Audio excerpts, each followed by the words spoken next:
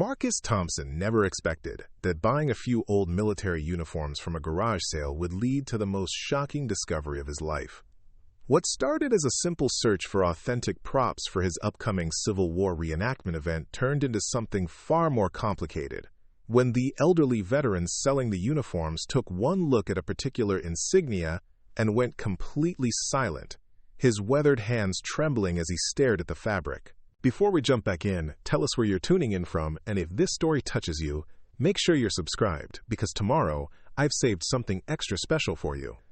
The morning of Saturday, October 14th, started like any other weekend for Marcus Thompson. The 34-year-old history teacher from Portland, Oregon, had developed a weekend ritual of scouring garage sales and estate sales throughout the city, always on the hunt for authentic historical artifacts for his classroom, and his passion for Civil War reenactments. His modest Toyota Camry was already loaded with a wooden crate he'd found earlier that morning, and a stack of vintage books when he spotted the handwritten sign on Maple Street, Estate Sale Military Collector's Items. The house was a modest two-story colonial with peeling white paint and an overgrown front yard. Several folding tables were set up on the driveway, covered with an eclectic mix of items. But what immediately caught Marcus's attention was a rack of military uniforms, hanging from a portable clothing rod under a large oak tree. The uniforms spanned different eras. Some looked like World War II issues, others appeared to be from Vietnam, and a few seemed much older. Behind the clothing rack sat an elderly man in a lawn chair, probably in his late 70s, with silver hair and deep-set blue eyes that held the particular alertness Marcus had noticed in other veterans. The man wore a faded navy baseball cap and a plaid flannel shirt despite the warm October weather. A small placard in front of him read, "Harold Winters. All proceeds benefit local veterans' shelters." Marcus approached the rack and began examining the uniforms. Most were in remarkably good condition, clearly well-maintained over the decades. He found himself drawn to a particular section that contained what appeared to be Civil War-era pieces, though he knew finding authentic uniforms from that period at a garage sale would be nearly impossible. "Those are reproductions," Harold said, his voice carrying a slight rasp. "Made them myself about 15 years ago for a documentary they were filming up in Washington. Never got paid for that project, but the costumes turned out pretty authentic." Marcus nodded, impressed by the craftsmanship. The wool felt genuine, and the stitching was meticulous. "This is incredible work. What did you use for reference?" Quote, "Spent 3 years researching in military archives," Harold replied, leaning forward slightly in his chair. "My great-great-grandfather fought at Antietam, so I wanted to get every detail right. Even tracked down original buttons and hardware from estate auctions." As Marcus continued browsing, he noticed Harold watching him with interest. There was something about the old man's demeanor that suggested he wasn't just trying to make a sale. He seemed to be evaluating Marcus, perhaps trying to determine if he was someone who would appreciate and respect the historical significance of these items. "You do reenactments?" Harold asked. "Civil War primarily," Marcus responded, carefully examining the sleeve of a Union officer's coat. "I teach American history at Lincoln High School, and I find that participating in reenactments gives me insights I can share with my students. There's something about wearing the actual clothing and using the equipment that makes the history more real." Harold's expression softened slightly. "Good to hear. Too many people buy this stuff just to play dress-up without understanding what it represents." Marcus selected 3 uniforms, 2 enlisted men's outfits, and 1 officer's coat that he thought would work perfectly for the upcoming Battle of Shiloh reenactment in Tennessee. As Harold was writing up the sale, Marcus noticed a 4th uniform hanging separately, slightly hidden behind the others. This one was different. The fabric looked older, more weathered, and there was something about the cut and style that didn't match the others. "What about that one?" Marcus asked, pointing to the partially hidden uniform. Harold glanced over, and his entire demeanor changed. His relaxed posture stiffened, and he quickly looked away. "That one's not for sale." But Marcus had already stepped closer to get a better look. The uniform was definitely different from the reproductions. The wool was a deeper blue-gray color, and the weathering looked natural rather than artificially aged. Most intriguingly, on the collar were insignia that Marcus didn't immediately recognize, small metal pins that seemed to catch the light in an unusual way. "I've never seen insignia like that before," Marcus said, his curiosity as a history teacher fully engaged. "What unit is it from?" Harold stood up abruptly from his lawn chair, moving toward the uniform with an urgency that seemed disproportionate to the situation. "Like I said, it's not for sale." His voice had taken on a sharp edge that hadn't been there moments before. But Marcus was already examining the insignia more closely. They appeared to be made of silver, tarnished with age, and depicted a symbol he couldn't immediately identify. Something that looked like a stylized eagle, but with additional elements that seemed almost decorative. Below the eagle was what appeared to be a small number, 77. "Is this from a specific regiment?" Marcus pressed, his academic curiosity overriding his awareness of Harold's obvious discomfort. "The 77th Infantry, maybe? I know they saw action at several major battles." Harold's face had gone pale, and his hands were visibly shaking as he reached for the uniform. "You need to leave that alone," he said, his voice barely above a whisper. "Right now." The change in Harold's demeanor was so dramatic that Marcus stepped back instinctively. The friendly, grandfatherly veteran who had been chatting about historical accuracy just moments before had been replaced by someone who looked genuinely frightened, or perhaps angry. It was difficult to tell which. "I'm sorry," Marcus said, raising his hands in a gesture of surrender. "I didn't mean to upset you. I was just curious about the historical significance." Harold was now standing directly between Marcus and the uniform, his body language clearly protective. "Some things are better left alone," he said. "Some history shouldn't be disturbed." The intensity of Harold's reaction had drawn the attention of other shoppers browsing the sale. A middle-aged woman examining a box of books glanced over with concern, and a young couple looking at kitchen items had stopped their conversation to watch the exchange. Marcus realized he had stumbled into something far more complex than a simple garage sale transaction. The uniform clearly held significance that went beyond its historical value, and Harold's reaction suggested there was a story attached to it, possibly a painful one. "I understand," Marcus said quietly. "I'll take just the 3 we discussed." But as Harold counted out Marcus's change with still trembling hands, Marcus couldn't stop thinking about those unusual insignia. In 15 years of studying Civil War history and participating in reenactments, he had never encountered anything quite like them. The symbol didn't match any standard Union or Confederate unit designations he knew, and the craftsmanship of the pins themselves seemed different from typical military issue items of that era. There was something about Harold's reaction that suggested this wasn't just about sentimental value or family history. The fear in the old man's eyes had been real, and his insistence that some history shouldn't be disturbed implied knowledge of something specific, something that Marcus's innocent curiosity had inadvertently touched upon. As Marcus loaded his purchases into his car, he glanced back at Harold, who was now sitting rigidly in his lawn chair, staring at the partially hidden uniform as if it might disappear if he looked away. The transformation from friendly veteran to guarded, frightened old man had been so complete and sudden that Marcus couldn't shake the feeling he had witnessed something significant. Driving home through the quiet Portland neighborhoods, Marcus found himself replaying the encounter in his mind. Harold's words echoed. Some history shouldn't be disturbed. What kind of history could be so sensitive that the mere mention of it would cause such a reaction? And what was the significance of those unusual insignia that had triggered Harold's dramatic change in behavior? Marcus spent the rest of Saturday afternoon in his home office, surrounded by Civil War reference books and his laptop open to various military history databases. The encounter with Harold Winters had ignited something in him that went beyond casual curiosity. As a history teacher, he had learned to recognize when he was on the trail of something genuinely significant, and every instinct told him that the uniform with the unusual insignia represented more than just another piece of military memorabilia. He started with the basics, searching through his collection of regimental histories for any mention of the 77th Infantry. There had indeed been a 77th New York Infantry Regiment during the Civil War, but their standard insignia bore no resemblance to the stylized eagle he had seen on Harold's uniform. The 77th Pennsylvania had different markings entirely, and none of the other 77th designated units from various states matched what he remembered.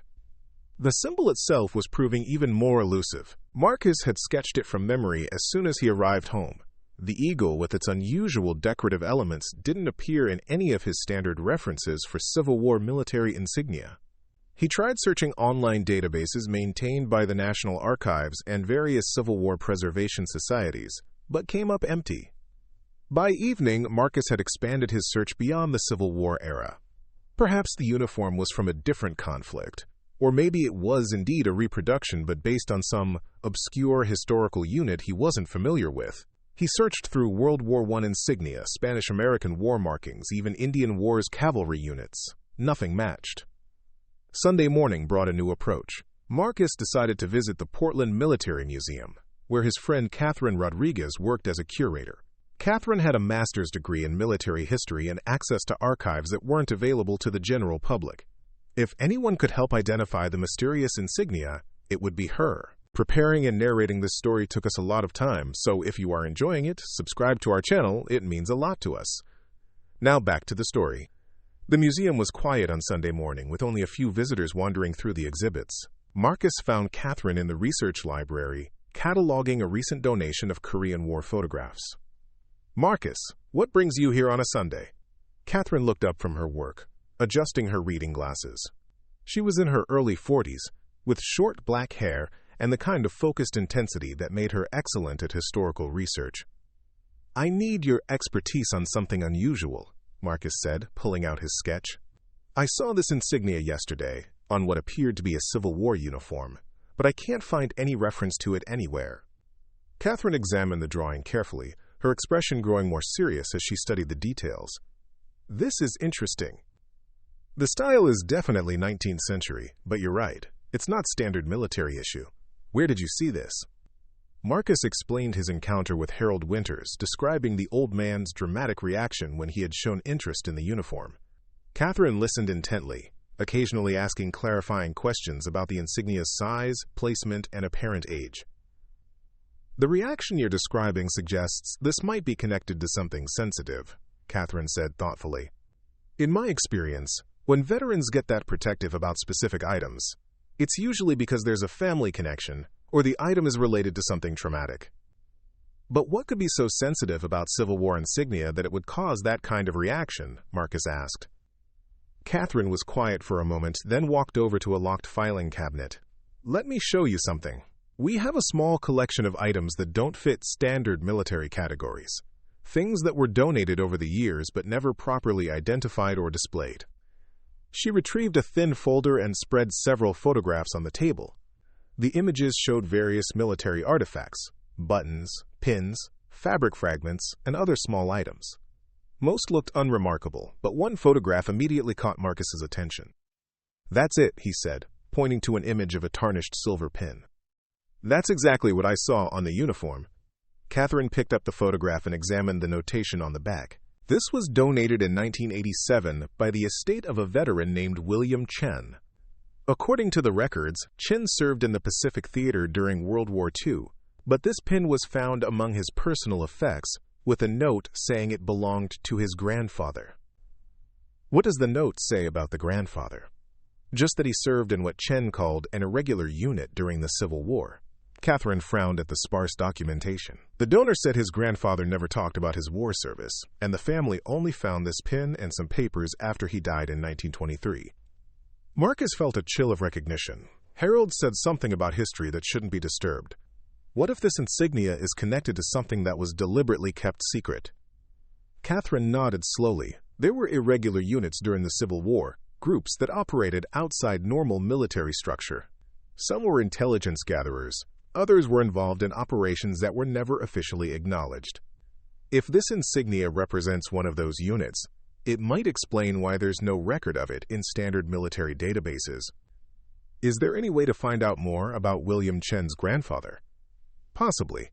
We have genealogical resources, and the Chen donation included some personal papers. I never had reason to examine them closely before, but given what you've discovered, it might be worth investigating. Catherine retrieved another box from the archives, this one containing the personal effects that had accompanied the pin donation.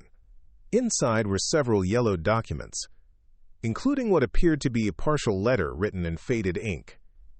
"This is in pretty bad condition," Catherine said, carefully handling the fragile paper, "but I can make out some words.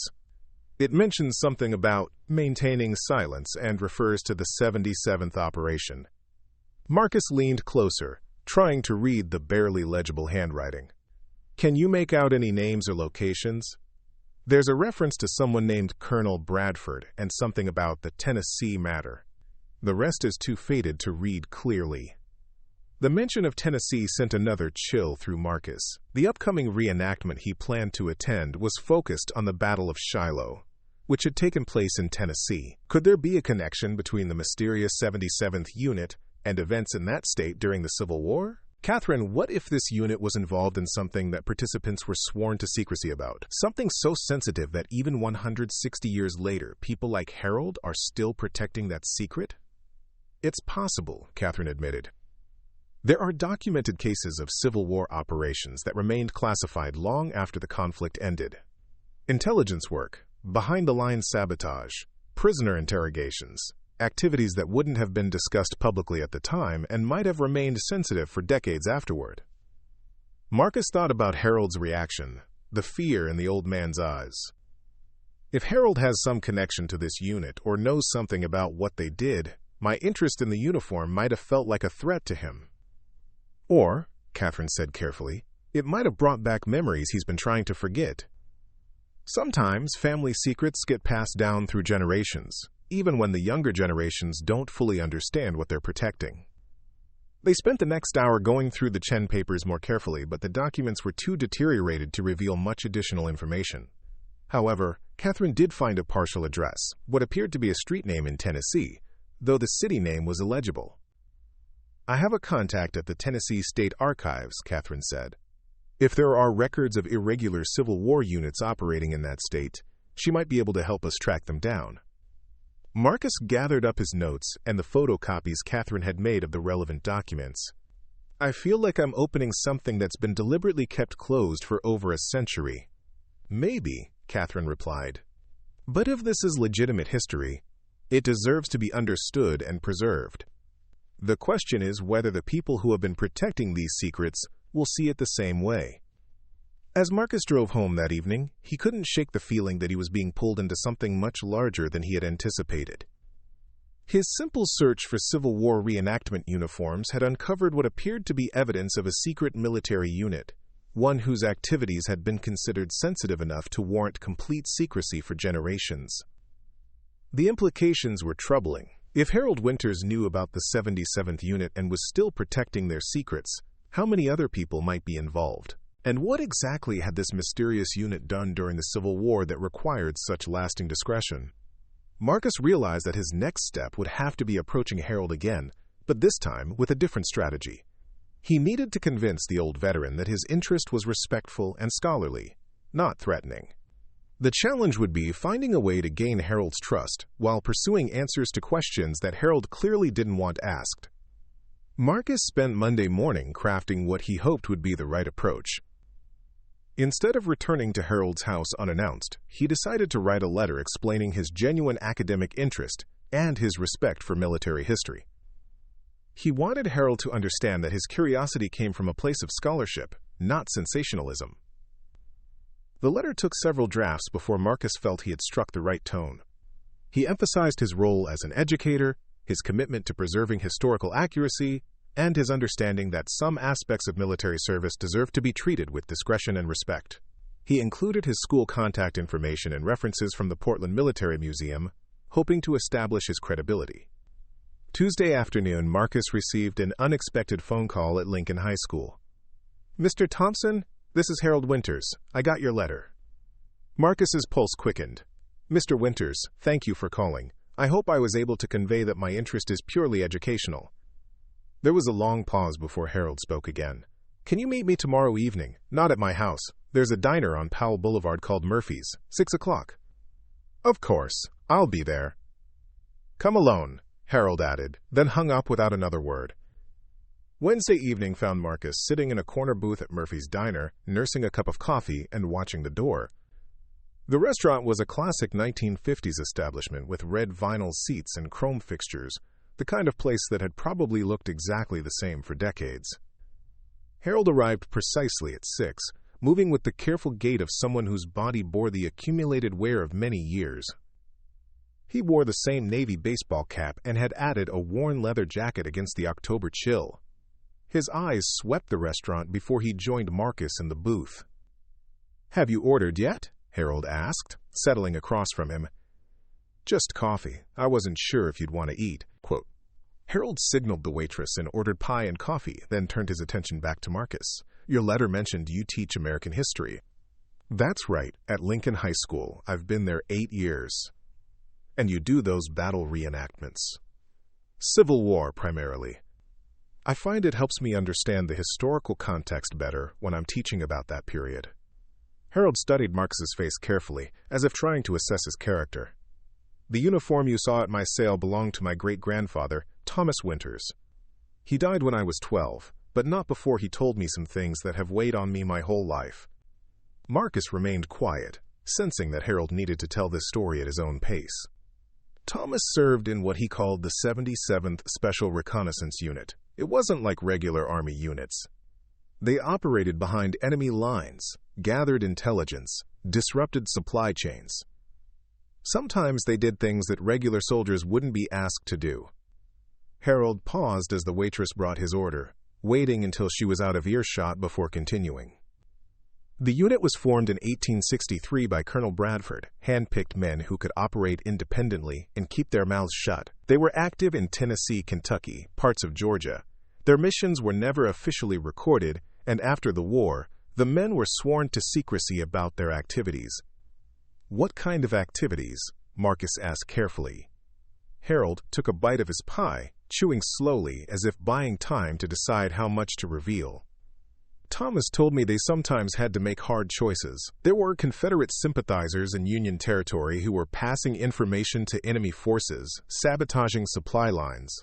The 77th dealt with those situations when regular military justice couldn't. The implication hung in the air between them." Marcus began to understand why this history had remained buried. "They executed spies and saboteurs without formal trials?" Marcus asked quietly. "Among other things. Thomas said they saved Union lives by stopping Confederate intelligence operations.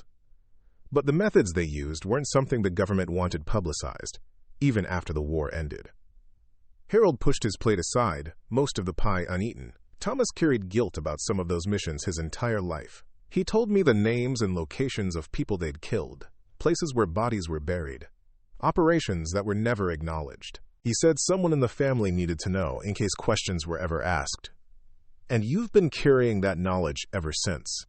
"For 65 years, Harold confirmed. "When you started asking about that insignia the other day, it felt like those old secrets were about to be exposed. Thomas made me promise that if anyone ever came asking the right questions, I'd have to decide whether the truth was worth telling."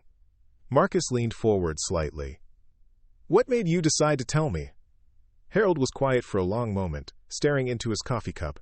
"I'm 78 years old. My son lives in California and has no interest in family history. When I die, Thomas's story dies with me. Maybe that's for the best, but part of me thinks these men deserve to be remembered, even if they can't be celebrated. The other families, the descendants of the other men in the unit, do they know?" "Some do. I've stayed in touch with a few families over the years. The Chins, the Bradfords, couple others. We've all been carrying pieces of the same story, making sure it stayed buried but not forgotten." Marcus thought about Catherine's research and the documents in the museum. William Chen's grandson donated some materials to the Portland Military Museum. "They have the same insignia you showed me." Harold nodded. "William and I corresponded for years before he died. His family knew some of the story, but not all of it. None of us ever had the complete picture of what the 77th did. Would you be willing to share what you know with historians? Not for public sensationalism, but for the historical record?" Harold considered this carefully. What would happen to that information? "It would be archived properly, with restrictions on access if necessary. The goal would be preservation, not publicity. There are ways to document historical events while respecting the sensitivity of the subject matter." "And the families of the people who were killed?" Marcus hadn't considered this aspect. That would need to be handled very carefully. Some secrets might need to remain secrets. Harold reached into his jacket pocket and pulled out a small notebook, worn with age. Thomas wrote down what he could remember of the unit's operations. Names, dates, locations. He said if the truth ever came out, it should be accurate. He placed the notebook on the table but didn't push it toward Marcus. "If I give this to you, what guarantee do I have that you'll treat it responsibly?" Quote, "None, except my word as an educator and my commitment to historical accuracy," Marcus replied honestly, "but I can involve Catherine Rodriguez at the museum. She has experience with sensitive historical materials." Harold picked up the notebook again, turning it over in his weathered hands. Thomas said the 77th prevented a major Confederate offensive in Tennessee by eliminating a spy network that was reporting Union troop movements. They probably saved thousands of lives. But they also killed at least 15 people without trials, including 2 women who were passing messages. The weight of this revelation settled over Marcus. These weren't glorious battlefield heroics, but the murky moral compromises that war sometimes demanded. The uniform I showed you was Thomas's. He kept it as a reminder of what he'd done, good and bad. After he told me his story, I understood why he never talked about the war with anyone else. Harold finally slid the notebook across the table. "I'm giving this to you because I think Thomas would want his service acknowledged, even if it can't be celebrated. But if you betray my trust, if you sensationalize this or hurt the families involved, I'll make sure you regret it." Marcus accepted the notebook with both hands, feeling the weight of the responsibility Harold was placing on him. "I understand. This will be handled with the respect it deserves." As they left the diner, Harold paused on the sidewalk. "There's one more thing. The uniform. If you still want it, you can have it. Thomas would probably prefer that it end up with someone who understands its significance, rather than staying hidden in my closet." "Are you sure?" "I'm sure, but promise me something. When you wear it in your reenactments, remember that the man who wore it before you carried the burden of difficult choices for the rest of his life." Marcus nodded solemnly. "I promise." 3 weeks later, Marcus stood on the battlefield at Shiloh, wearing Thomas Winters's uniform. The fabric felt different knowing its history, heavier somehow, charged with the weight of secrets and sacrifice. As he participated in the reenactment, Marcus found himself thinking not about the glory of battle, but about the moral complexity of war and the ordinary people who found themselves making extraordinary choices. The notebook Harold had given him was now safely archived at the Portland Military Museum, with restricted access and a scholarly committee overseeing any research requests. The story of the 77th Special Reconnaissance Unit would be preserved for future historians, but protected from sensationalism. Harold had been right about one thing. Some history was worth preserving, even if it couldn't be celebrated. The men of the 77th had done what they believed necessary to serve their country, and their story deserved to be remembered with the complexity and nuance it required. Standing on that Tennessee battlefield, Marcus realized that the most important history wasn't always the most heroic. Sometimes the most valuable lessons came from understanding the difficult choices people made when there were no perfect answers.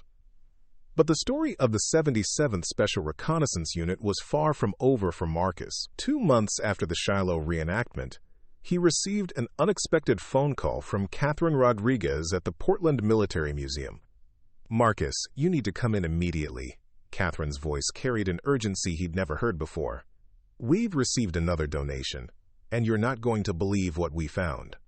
When Marcus arrived at the museum that afternoon, Catherine led him directly to the research room, where several boxes sat unopened on the examination table. Beside them was an elderly woman with silver hair and sharp green eyes, probably in her early 80s. "Marcus, I'd like you to meet Eleanor Bradford," Catherine said. "She's the great-great-granddaughter of Colonel James Bradford." Marcus felt his pulse quicken. The name from Thomas Winters's notebook, the commander of the 77th Unit. Eleanor Bradford stood and extended her hand with surprising firmness. "Mr. Thompson, Catherine tells me you've been researching my ancestors' unit. I think it's time the full truth came to light." Over the next hour, Eleanor revealed a story that dwarfed even what Harold had shared. Colonel Bradford hadn't just commanded the 77th. He had meticulously documented every operation, every decision, every casualty, in a series of encrypted journals that had been passed down through his family for generations. "My great-great-grandfather was a man of conscience," Eleanor explained, carefully handling a leather-bound journal from the 1860s. "He knew what his unit was being asked to do crossed moral lines, so he kept detailed records. He said if anyone ever questioned their actions, there should be a complete accounting." Catherine opened the journal to reveal pages of neat handwriting, much of it in some kind of code. Eleanor spent 40 years learning to decipher her ancestors' encryption system. What she's uncovered changes everything we thought we knew about Civil War intelligence operations.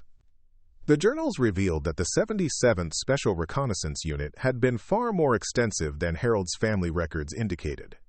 Rather than 15 people killed, the actual number was closer to 60. But more shocking was the revelation that the unit had uncovered and dismantled 3 separate Confederate spy networks that had been operating deep within Union territory.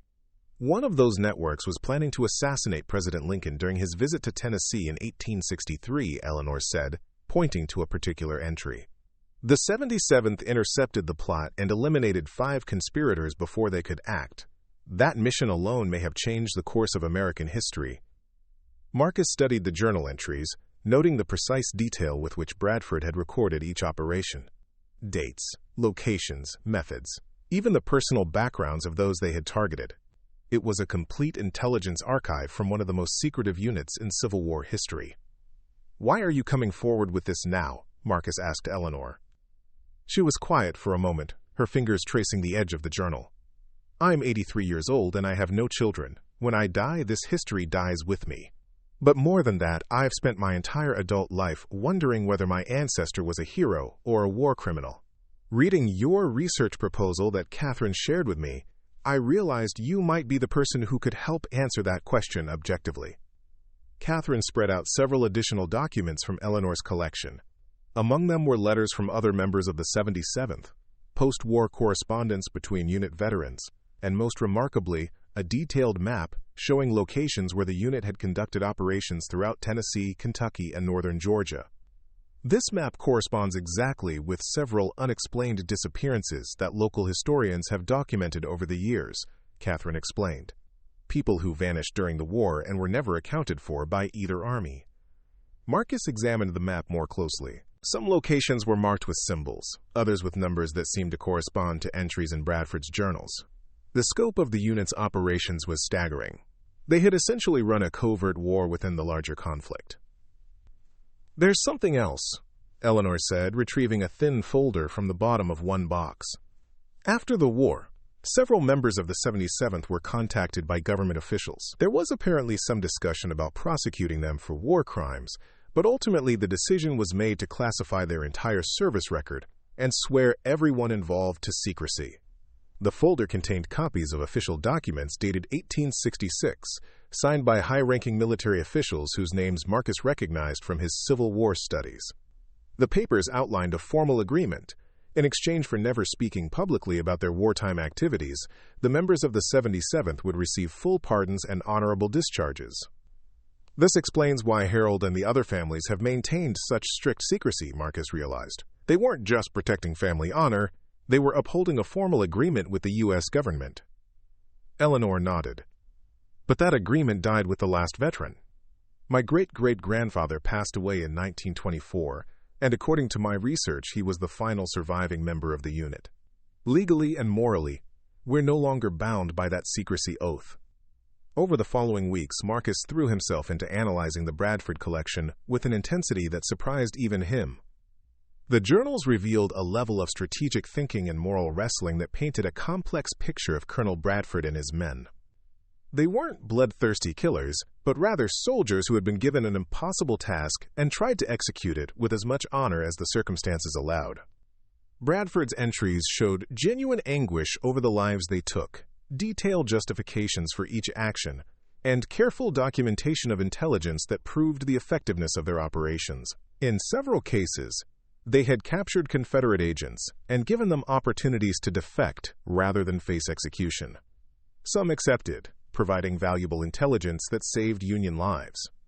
But the journals also revealed operations that were harder to justify. The execution of 2 women who had been passing messages for the Confederacy troubled Bradford deeply, and his entry showed he questioned whether their actions truly warranted death.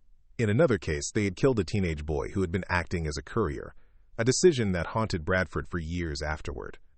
"What strikes me most about these records," Marcus told Catherine during one of their research sessions, "is Bradford's determination to maintain moral standards even while conducting what were essentially assassination missions.